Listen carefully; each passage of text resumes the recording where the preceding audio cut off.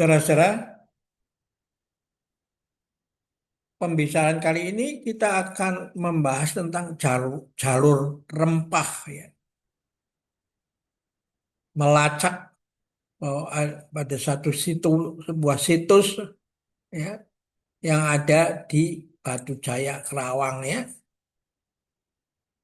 di tepi di Sungai Citarum yang terdiri dari 30 candi-candi ya, yang udah ribuan tahun itu terpendam di dalam tanah itu. Dan lalu karena pergerakan tanah muncul, jadi orang di penduduk di situ mengatakan bahwa candi yang muncul dari tanah itu. Ya. Nah, ini kita pergi dalam satu rombongan yang di apa di apa organisir oleh negeri rempah ya. Relevansinya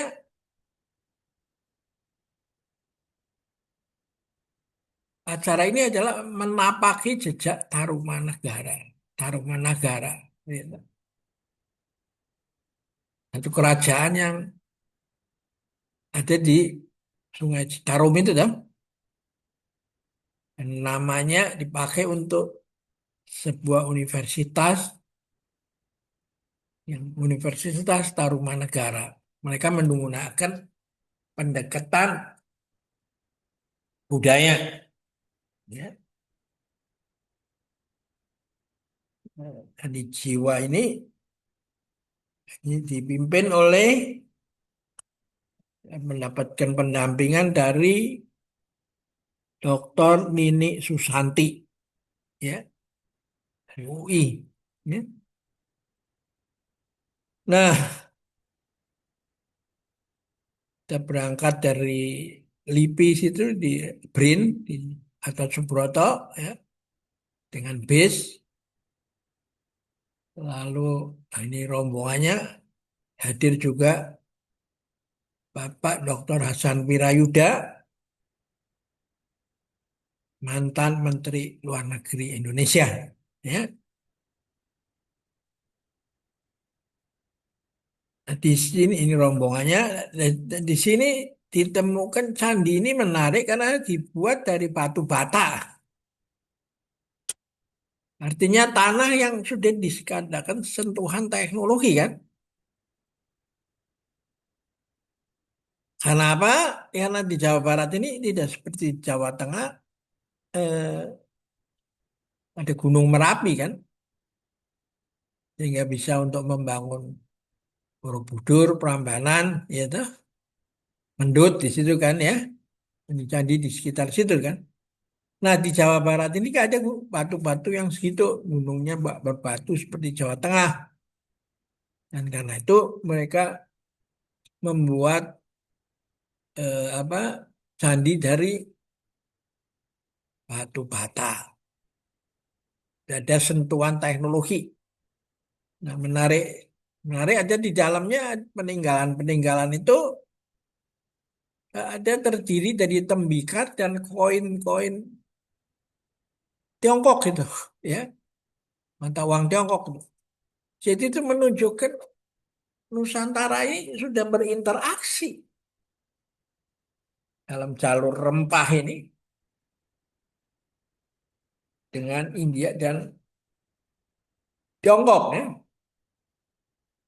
di masa lalu kan, jauh di masa lalu karena candi yang pertama di sini didirikan abad kedua atau kira-kira tahun 150-an kan.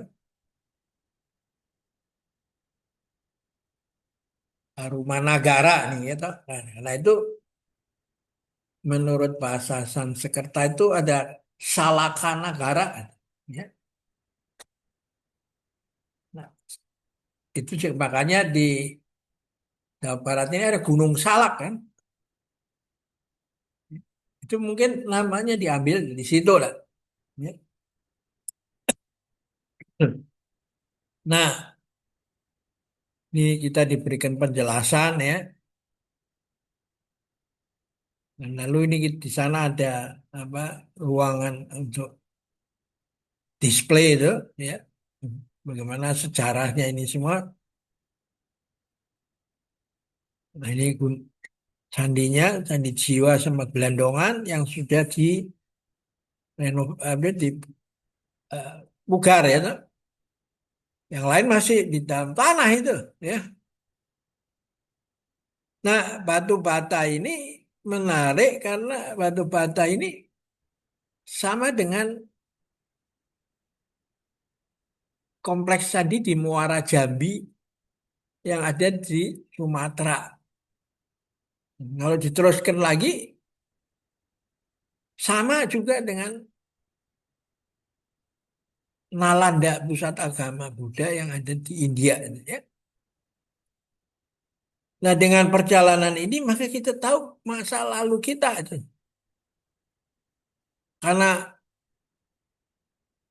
kita berpendapat bahwa masa depan kita itu nggak bisa lepas dari masa lalu. Seperti di dalam biji, sudah ada pohon. Pohon akan berbuah. Pohon itu asalnya dari biji. Biji tumbuh, berbuah, lalu buahnya menghasilkan biji lagi.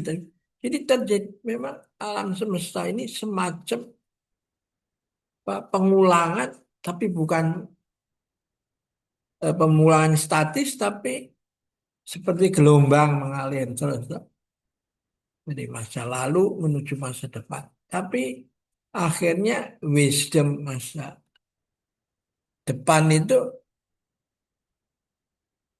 memerlukan bahan-bahan yang kita dapetin pendekatan budaya di dari masa lalu. Dan kita di Nusantara ini sangat kaya karena dikunjungi berbagai macam tradisi besar. Nah, ini akan penting sekali nanti di dalam ketika Indonesia punya politik luar negeri, ke depan akan lebih banyak untuk mengembangkan kekayaan budaya ini, diplomasi budaya. Karena dari sini semua nanti mengalir melalui jalan sutra dan jalan rempah itu terus kemana-mana, ya toh.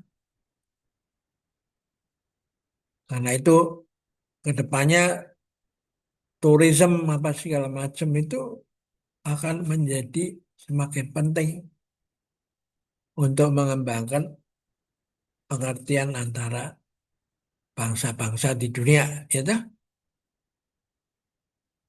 Nah, berikutnya terus ini ada lagi ya, ini kita punya rombongan dan lalu nah ini di Hotel Horizon kelompok ini juga mengadakan pameran bincang-bincang sore membaca Borobudur.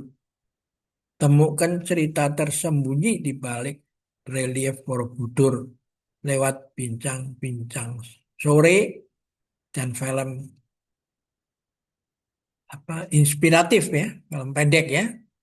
Ini diadakan tanggal 31 Mei 2025. Jadi itulah sekira saya rasa sepintas untuk melacak bahwa sebenarnya latar belakang Nusantara ini memang kompleks ya. Sehingga hampir apa dan di agama-agama besar di dunia ini mempunyai pusat-pusatnya di Nusantara ini. Kita mempunyai Istiqlal, katedral, lalu Prambanan, ya, Borobudur, Sampokong di Semarang, ya. Jadi ini akan menjadi satu apa modal sosial dan budaya untuk dikembangkan di masa yang datang ya. Oke, kita akhirin dulu pertemuan kita. Sampai jumpa lagi.